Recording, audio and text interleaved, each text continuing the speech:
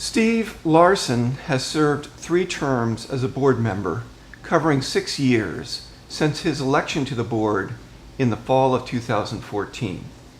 Larsen currently holds the chair position of the powerful Budget and Finance Committee. Larsen is also the treasurer. Larsen has a pragmatic voting record on the vast majority of issues, with the exception of motions that deal with his principal campaign promise to tax rental properties. On the rental tax issue, Larsen's position is consistent with his professional background on the Affordable Health Care Act. In this arena, Larsen's not opening new sources of revenue, but rather he is engaging in zero-sum game politics. An 8% rental tax, which Larsen is seeking, since reportedly signing on to the 2017 petition authored by Marty Shecter and Nancy Glascow, will not raise additional revenues, but rather the tax will redistribute the burden of the operating expense of the association. In effect, Larsen is seizing on an opportunity to cajole the community to vote for an ill-conceived covenant change to effect a tax that would see 20% of the community underwrite over 50% of the operating expense of the homeowners association. Further, as the rental values of the properties on the ocean side are considerably higher than those of the Pine side, under the Shecter, Glasgow, Larsen plan, over 2/3 of the 50% revenues falling out from an 8% rental tax will fall onto the oceanside rental properties to the benefit of the Pine-side property owners. Larsen happens to be a Pine-side property owner who does not offer his property for rent. Under his plan, Larsen will be amongst the 80% of property owners who would contribute to less than 50% of the operating budget. On April 14, 2020, Larsen brought a motion to the board to engage the resident lawyer Mary Schreider Fox to draft a proxy on a covenant change to effect a rental tax, despite the fact that such a tax violates Delaware's laws governing homeowners associations. Again, the laws governing homeowners associations in Delaware exclude homeowners associations from the jurisdictional authority to tax. In effect, Larsen skillfully moved the board to force the community, including the rental property owners, to underwrite the legal cost of drafting a proxy that will ultimately be to the detriment of the rental property owners. In so doing, Larsen is exposing the community to potential class action litigation should the community vote to effect a rental tax, as a number of neighboring municipalities have done. On September 21, 2019, Larsen abstained on a motion he initiated to reserve committee chair positions to board members. Marty Shecter and Steve Larsen were reportedly looking at removing David Taylor as chair of the Beach Patrol Committee and installing Shecter as his replacement. On October 19, 2019, Steve Larsen brought a motion to the board to prohibit dogs on the beach, reversing an earlier decision by the board on the grounds that dogs on the beach during the summer season pose a health risk to children. On July 18, 2020, Larsen voted against a motion to reverse an earlier decision by the board to retract the unidirectional rules for the use of the common walkways on the grounds that it would violate Delaware laws dealing with the COVID-19 pandemic. In April 2020, with the coronavirus in full swing, the board recognized that a number of members were struggling to pay their assessment. As a result, the board attempted to minimize any increase to the assessment. Larsen led that effort. Larsen compiled 3 pro forma statements, each having a different budget ceiling, allowing the board to choose between one of the three budgets for the coming fiscal period. Ultimately, the board selected a budget with a 4% increase compared to the 2019-2020 fiscal period. On February 10, 2018, during an information exchange meeting proctored by then Building Committee Chair Marty Sire, Larsen distributed a list of what he advertised as, quote, other neighborhoods that charge rental fees. The list actually is entitled Weekly Fees of Other Neighborhoods and Towns. Larsen's list includes 3 municipalities, including the town of Bethany Beach, the town of Fenwick Island, and the town of South Bethany. In effect, Larsen is passing off municipalities and homeowners associations as neighborhoods, lumping these different legal models into one big basket of similar colored fruit. Larsen's list also includes Sussex Shores, which is an, quote, unincorporated community, end quote. Larsen's list also includes The Preserve, which self-identifies as a gated community and nothing more. Ignoring these 5 neighborhoods for the moment, the list includes only 5 homeowner associations, including Breakwater Beach of Rehoboth Beach, Ocean Breezes of North Bethany, Ocean Ridge of Bethany Beach, Cotton Patch, and Salt Meadows of Fenwick Island. None of these charge a 6% rental tax or 8% rental tax. In any event, municipalities have jurisdictional authority to tax. Homeowners associations do not. It is unclear what relevance, if any, municipalities play into the argument of what homeowners associations should charge rental properties. Larsen never establishes the critical link. The 3 municipalities, the 1 unincorporated community, and the gated community should not appear on the list at all.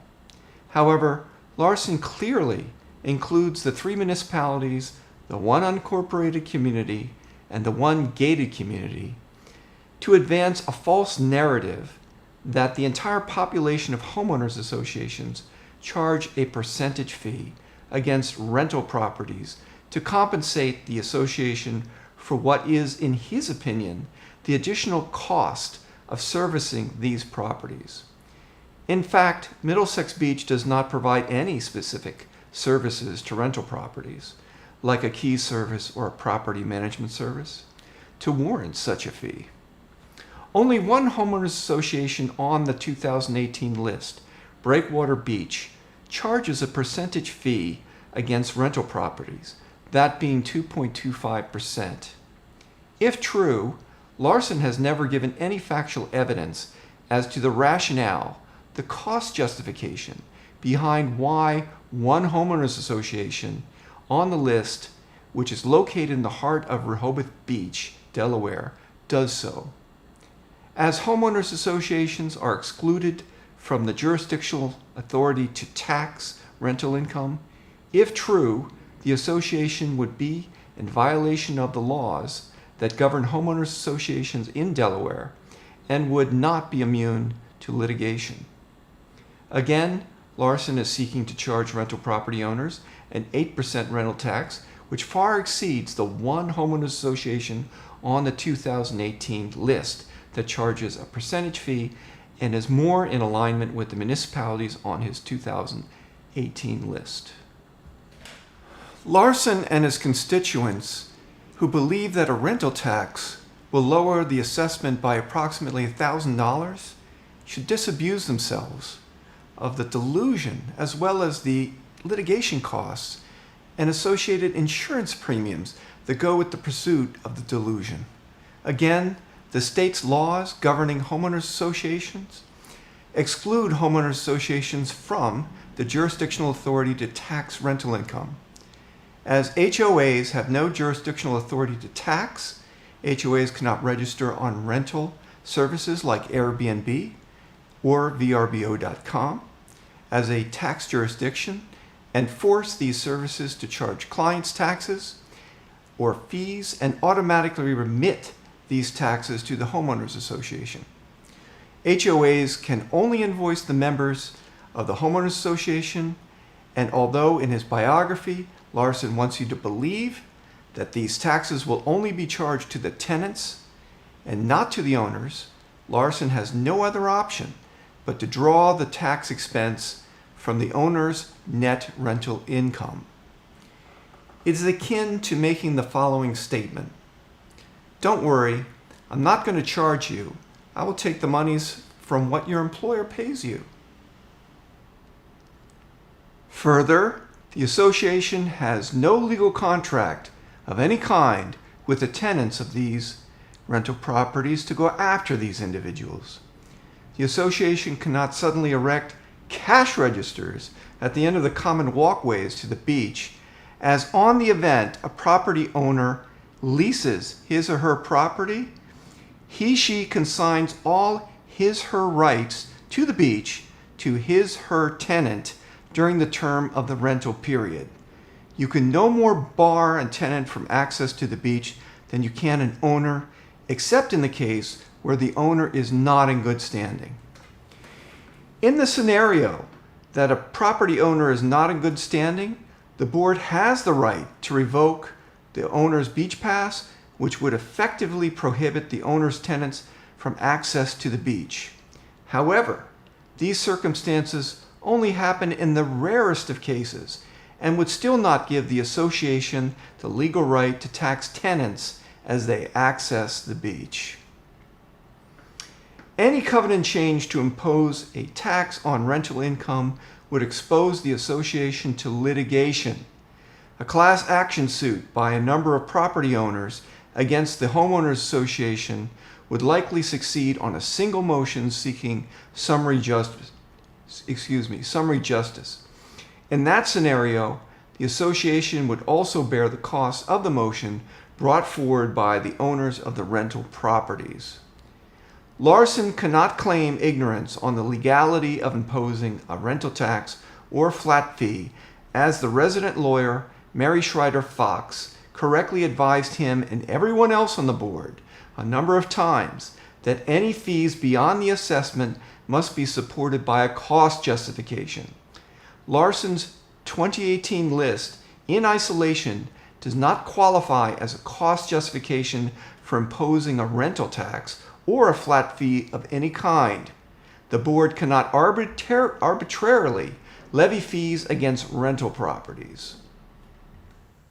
Steve Larsen lists Salt Meadows as a neighborhood that charges tenants a $150 fee per rental incident. In fact, Salt Meadows is a homeowners association located in Fenwick Island, Delaware. According to a real estate agent with ResortQuest, Salt Meadows charges a $150 resort fee to tenants for use of the pool. The fee is what is known as a, quote, usage fee. The usage fee is indiscriminately charged to both owners and tenants. As the homeowners association has closed its pool, the usage fee is entirely waived for the 2020 season. Steve Larsen lists Cotton Patch as a neighborhood that charges tenants a $50 fee per rental incident. In fact, Cotton Patch Hills is a homeowners association located in North Bethany. According to a real estate agent with ResortQuest, Cotton Patch Hills charges a $50 resort fee to tenants for use of the tennis courts and other amenities like a pier. The fee is a usage fee. The usage fee is indiscriminately charged to both owners and tenants. Middlesex Beach does not have amenities like tennis courts and a pier and the like. Steve Larsen lists Ocean Ridge as a neighborhood that charges tenants a $200 fee per rental incident. In fact, Ocean Ridge is a homeowners association located in North Bethany. According to a real estate agent with Wilgus Realty, Ocean Ridge charges a $200 resort fee to tenants for use of the pool, tennis courts, and the private beach. The fee is a usage fee. The usage fee is indiscriminately charged to both owners and tenants. Middlesex Beach does not have amenities like a pool or tennis court. The association does have a private beach, which could be treated as an amenity and charge usage fees like Ocean Ridge does. There is no homeowners association called Ocean Breezes in Delaware. There is a self-described homeowners association called Sea Breeze entirely within the municipality of Dewey Beach, Delaware. Sea Breeze charges a 3% rental tax. As Sea Breeze appears to have the jurisdictional authority to levy taxes, all tenants booking a rental property in Sea Breeze on the service vacation rental by owner are automatically charged a 3% fee, and that fee is remitted to the homeowners association, in this case, the municipality of Dewey Beach. Middlesex Beach Association is an incorporated legal entity that is not within a municipality. The association does not have the jurisdictional authority to tax. There is no neighborhood called Breakwater Beach in Delaware. There is a homeowners association called Junction and Breakwater Trail, which is located in Rehoboth Beach, Delaware.